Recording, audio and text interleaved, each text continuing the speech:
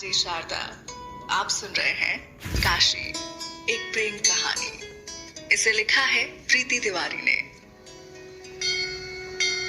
बनारस शहर कहने को तो ये महादेव की नगरी है, पर यहाँ मोहब्बत जैसे हवाओं में बहती है।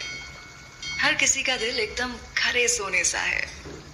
बनारस अपने घाटों के लिए, महादेव की भक्ति के लिए और महाआरती के लिए प्रसिद्ध है। मेरी नई कहानी भी यहीं से शुरू होगी और खत्म भी इसी बनारस के घाट पे होगी। बनारस शहर, 80 घाट, सुबह का वक्त। ईश्वर सत्य है, सत्य ही शिव है, शिव ही सुंदर है। जागो उठ कर देखो, जीवन जो तुझागर। बनारस 80 घाट पर बने महादेव का मंदिर, जिसमें सुबह की शुरुआत इसी भक्ति गीत से होती थी और सिर्फ एक ही आवाज इस बनारस को जैसे आकर खुद जगाती थी, और वो थी काशी। जी हाँ, काशी, बनारस शहर में रहने वाली एक साधारण सी लड़की जो महादेव की परम भक्त है और साथ में शिक्षिका भी। अरे तो काशी की आवाज है, मतलब सुबह के 4 बज गए। पुजारी जी भी उठते हुए बोले। काशी सुबह 4 बजे ही महादेव के मंदिर आती थी, खुद इस मंदिर को साफ करती और आरती करती थी। उसकी आरती की आवाज से ही बनारस के लोगों की सुबह होती थी। काशी ने आरती कर सबकी तरफ आरती की थाल कर दी। सूरज भी अब पूरी चमक से निकल आया था और लोगों की तादाद भी बहुत बढ़ रही थी। वो सबको आरती देकर महादेव के मंदिर से बाहर आ गई। काशी आरती कर मंदिर से बाहर निकली ही थी कि सामने से आते हुए मठ के महंत मिल गए। वो अपने दोनों हाथों को जोड़ के शिष्टाचार के साथ प्रणाम करते हुए बोली, प्रणाम महंत जी।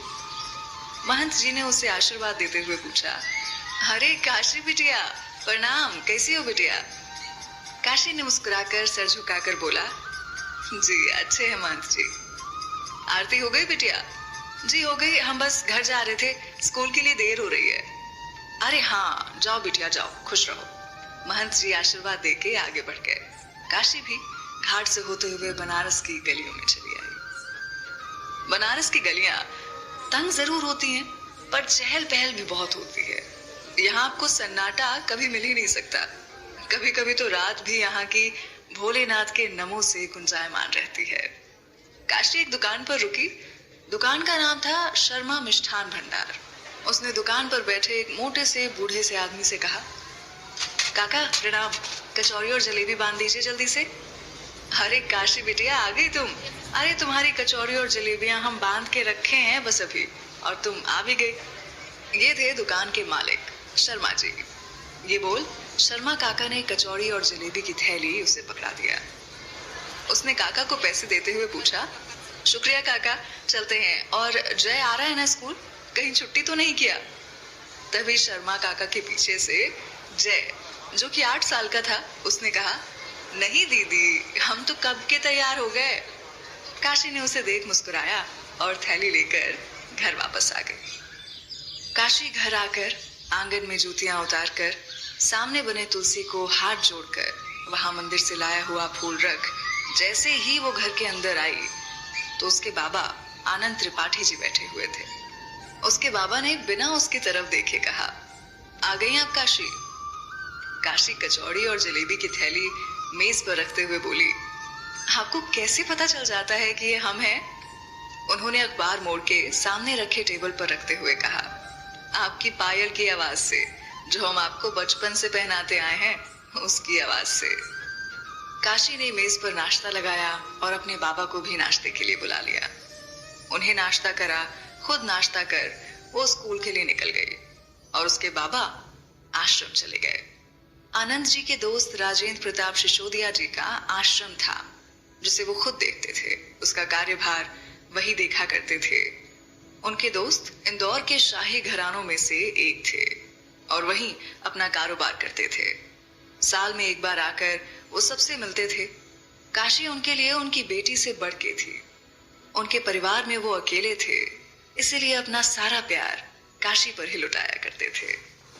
काशी जब स्कूल पहुंची तब स्कूल की घंटी बजने में बस कुछ ही मिनट बाकी थे। वो जल्दी से जाकर प्रिंसिपल रूम में टाइम भरी और प्रिंसिपल सर को सुप्रभात बोल के बाहर आ गई। घंटी लगते ही सारे बच्चे प्रार्थना के लिए आके ग्राउंड में लाइन लगाकर खड़े हो गए। स्कूल के सारे टीचर्स आकर अपनी अपनी क्लास के लाइन के सामने खड़े हो गए। प्रार्थना शुरू हुई तो सारे बच्चे एक साथ मिलके प्रार्थना करने लगे। स्कूल की असेंबली खत्म होने के बाद सारे बच्चे अपनी अपनी क्लासों में वापस चले गए। काशी स्टाफ रूम में आकर वहां से अपना सामान निकालने लगी। तभी पीछे से आके शालिनी ने उसे गुड मॉर्निंग विश किया। वो उसे पीछे मुड़ के देखते हुए बोली, ओहो, तो आ गई आप। यार क्या करूं, अब तेरी तरह मैंने बनारस को उठाने का ठेका तो लिया नहीं है, तो सोचती हूँ तेरे हिस्से का भी मैं ही सो लेती हूँ और इसमें लेट हो जाता है। शालिनी ने अपनी अलमारी से अटेंडेंस रजिस्टर निकालते हुए कहा और दोनों हंस दी। चलो अच्छा, अब जाओ जल्दी क्लास में। ये बोल काशी अपनी क्लास में चली गई। आनंद जी आश्रम आ गए थे। ये आश्रम बहुत बड़ा था। इसमें विधवा स्त्रियों के लिए, वृद्धों के लिए और अनाथ बच्चों के रहने का इंतजाम था। यहाँ की जितनी भी विधवा स्त्रियां थीं, वो कुछ न कुछ काम करती थीं और उन्हीं से खुद के लिए कमाती थीं। वृद्ध महिलाएं और पुरुषों की सेवा भी यहाँ होती थी और अनाथ बच्चों को पढ़ाया जाता था। आनंद जी रिटायर हो गए थे अपनी टीचर की जॉब से, तो उन्होंने यहाँ आकर इन सबको अपना वक्त देना ज्यादा अच्छा समझा। वो पूरा दिन इसी आश्रम में बिता देते थे। उनकी जिंदगी में काशी के अलावा कोई नहीं था। काशी की माँ बचपन में ही चल बसी थी, इसीलिए उसकी परवरिश खुद उन्होंने अकेले किया। आनंद जी को काम करते हुए दोपहर हो गई थी। उन्होंने खाना भी नहीं खाया था। तभी उनके मैनेजर दुबे जी ने बोला, सर खाना लगा दूं, दोपहर हो गई है। उन्होंने कोई फाइल देखते हुए कहा, नहीं दुबे जी, अभी नहीं। अभी क्यों नहीं? अभी ही खाएंगे आप बाबा, और हमारे साथ खाएंगे। ये आवाज सुन दोनों ने देखा तो काशी अंदर ही चले आ रही थी खाने का बॉक्स लिए। वो अंदर आके दुबे जी को प्रणाम करते हुए बोली, चलिए उठिए जल्दी। ये कहते हुए उसने खाने का टिफिन मेज पर रख दिया। उसने टिफिन खोलते हुए कहा, और दुबे चाचा जी, आपने खाया या नहीं?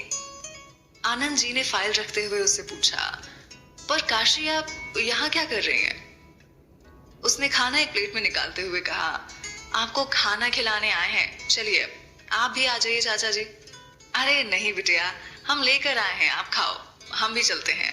ये बोल दुबे जी वहां से चले गए। काशी भी अपने बाबा के साथ खाना खाने लगी। दोनों ने साथ में खाना खाया और फिर काशी आश्रम के बच्चों को पढ़ाने चली गई। वो अपना वक्त इन बच्चों को पढ़ाने में, वहां की विधवा स्त्रियों को मिट्टी की मूर्तियां बनाना सिखाने में और रात को जाने से पहले सारे वृद्धों को कहानी सुनाने में देती थी। काशी की जिंदगी में बस इतना ही था। काशी दोपहर से रात तक काम करती रही और रात को सब कुछ एक बार खुद देख के तब अपने बाबा के साथ घर के लिए निकल गई। राजस्थान, रात का वक्त।